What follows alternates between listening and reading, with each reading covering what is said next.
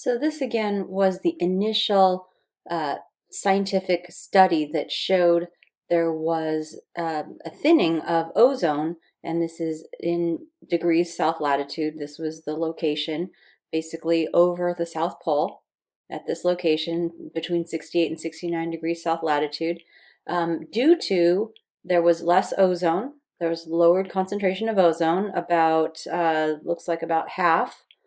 Um, because of chlorine that was present in the atmosphere there. And so going backwards, these were studies done in the 70s by Rowland and Molina, one of which is a researcher at UC, or was a researcher at UC Irvine and won the Nobel Prize for this work. Going back to how that chlorine get there, it was from these chlorofluorocarbons that are released all over the planet, and they're used widely in air conditioners. I should add not only air conditioners, but aerosols, like spray cans, spray paint, hairspray, foams, cleaners. Chlorofluorocarbons were really widely used in commercial and industrial use. So why is the ozone hole a problem?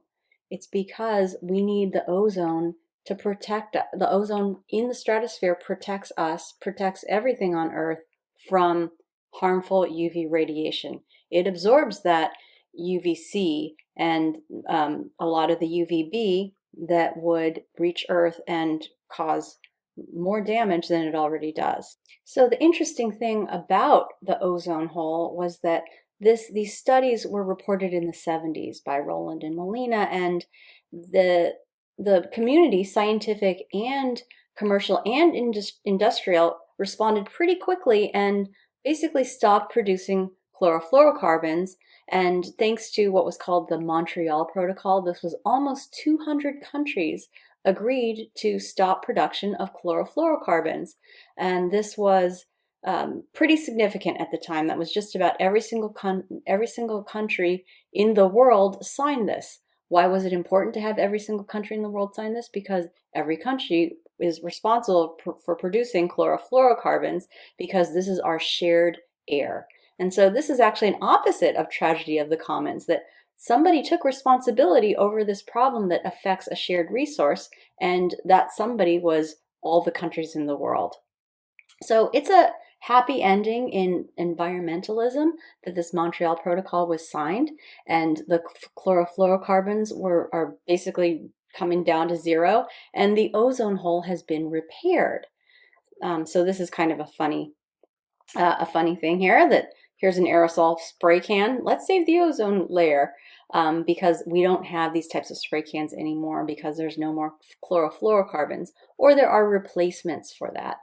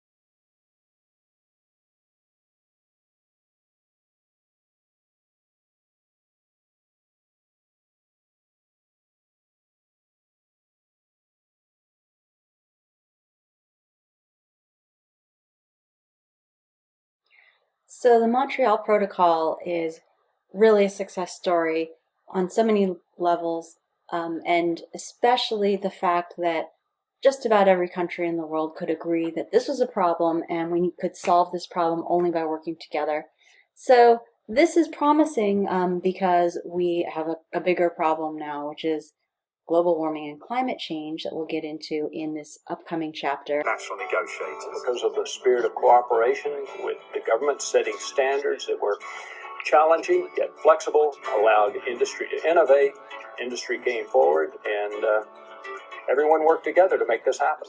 I think the intersection of science and public policy is a lesson there.